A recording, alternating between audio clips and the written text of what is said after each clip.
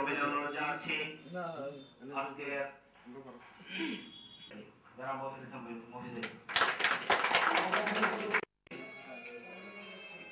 বরুড়ায়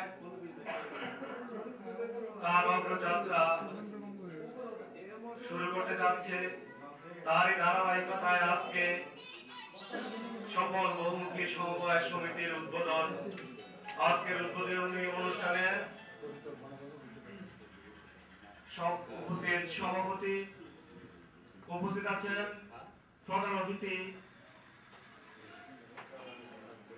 জনাব জসিমউদ্দিন পাটোয়ারি উপস্থিত আছেন, শ্রদ্ধাভাজন নেতা সমাজসেবক জনাব আলী আজম ভাই উপস্থিত আছেন,